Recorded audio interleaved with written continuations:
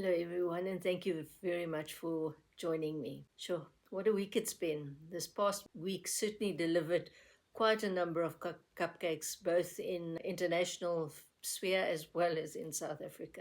But I've only got four, so let's get going. First one is for Gayton McKenzie. He's our Sports, Arts and Culture Minister, and also he's the leader of the Patriotic Alliance. But why is he nominated? During the last testimony at the ad hoc commission, Nhlanhla Nkwenazi produced a letter. And I have to say, it's untested, it's all alleged, nothing is corroborated as yet. But this letter was written by somebody who's in jail at the moment by the name of Jermaine Prim. And this gentleman alleges that he shared a cell with Kat Mtlala, and Kat Mtlala passed on some information to him.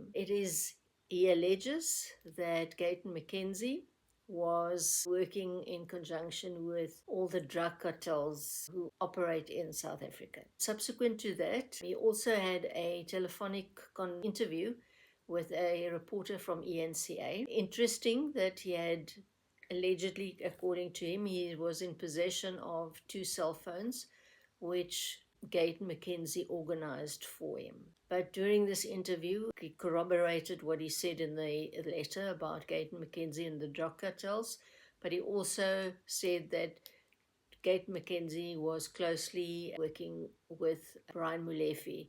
Brian Molefe being one of the notorious, as we now know them, as one of the big five tender entrepreneurs. So, yes, Mr. McKenzie, I think South Africans deserve to see you at the Mdlanga Commission testifying under oath. Please, if you would be so kind. But in the meantime, you're nominated for the award of Cupcake of the Week. Our second nomination goes to the ANC government. On the 24th of March, a conference was held by the Department of Communications, and quite a number of people were invited, as well as including podcasters. And the government is considering regulating podcasters. According to them, it's not about podcasters, but about the messages they're putting out, which could be harmful or defamatory or bad information, whatever they seem to deems to see fit. What is quite amazing is if you just take YouTube alone, YouTube has got enough regulations to prevent defamatory or bad information being shared. Also, country has a defamation law. So why do they want to stop podcasters? Or not stop podcasters, but rather influence the information they put out. It's no secret that the majority of South Africans on the ground have stopped listening or reading mainstream media, and increasingly have turned to podcasters for the real information. Somehow it smacks a little bit of the censorship that we saw under apartheid. And I think this is just censorship 2.0. So for the government, the ANC government, of trying to regulate the information going out, Cupcake of the Week nomination. Our third nomination is somebody that seems to be there every week, and yet again is our esteemed President Cyril Ramaphosa. He seems to have put his foot into it this time around. It's actually the second time. But during a conference for the ANC getting ready for elections in Limpopo, he was heard to say that ANC policies have caused the failure of municipalities. So he's actually fingering his own party in the bad government or governance that we've seen. And he's not wrong there. He's actually pretty right there.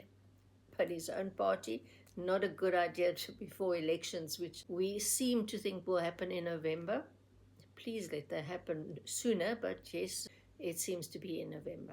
It's not the first time he's done this. Previously, at a conference, ANC conference, he also said that the ANC municipalities must look towards the DA municipalities because they're doing a better job than the ANC municipalities. So he's really throwing his own party under the bus there. But for that, Cupcake of the Week nomination yet again. The fourth nomination is so laughable, but it's if it was not so serious and dangerous. Recently, a king of the Igbo was crowned in no less than East London in the Eastern Cape. Calls himself King of the Igbo of East London, South Africa. Seems they are a Nigerian tribe, and from what I can gather, there seems to be quite a large Nigerian group living in East London. Now, how can somebody from a foreign country come and crown himself king of a area in a foreign country? Firstly, Nigerian, one would hope that they're legally here, which we all know as South Africans, it's highly improbable. Nigerians have got a very bad reputation in South Africa, and majority of them are illegally in the country, allegedly. Yes, but he crowned himself king of the Igbo. It's actually quite a slap in the face of South Africans because basically it can be seen as a coup, but also saying that South Africans don't have sovereignty of their own country. Very bad considering the amount of illegal immigrants that we have in South Africa. And it's so ridiculous as well. So yes, fourth nomination, King of the Igbo of East London. Okay, time to decide who's going to be Cupcake for this week. And for the sheer ridiculousness of it, has to be the King of the Igbo of East London. Please, sir, you're welcome to go back to Nigeria. I'm sure the Igbo would receive you in open arms in Nigeria. Yes, Cupcake of the Week, King Igbo. Well, I hope you enjoyed that. If you did, please subscribe and like. And yes, I'll see you next week. In the meantime, also follow me on X. I do my nominations every day for the week on X. And if I can sort out Instagram and get my head around how to work Instagram properly, I'll also be on the Instagram under Cupcake of the Week. See you next week.